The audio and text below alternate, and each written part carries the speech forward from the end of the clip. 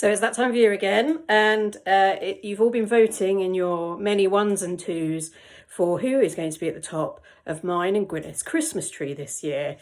And I thought that Perry Como-like I could appear a bit among you in a nice woolly jumper with a roaring fire and some hints of Christmas still to come. It is, of course, the 30th of November, which is traditionally the day when I reveal who has won the vote this year. And I have to say, it's been a particularly tough year. There were a cracking list of nominations that came through.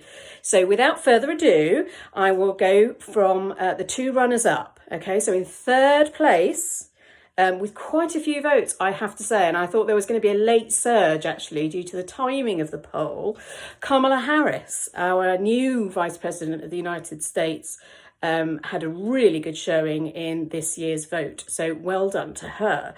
I suspect, however, that she's probably slightly more busy with the matters at hand in the States than she would be being on the top of the Christmas tree here. So it's probably a good thing that she didn't win. In second place, we had Jacinda Ardern. So a good showing once again for political women.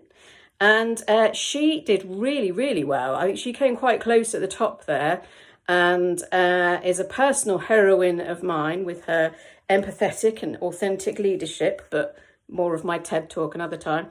And so that leaves only one person at the top of this particular list. And that person, sticking with the politics theme, is Ruth Bader Ginsburg.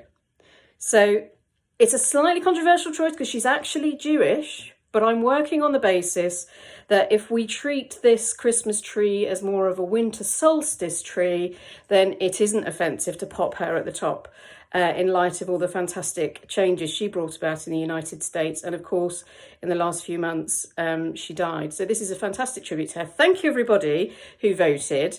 It was a delight, as always, to have so many of you involved. There were over 100 votes.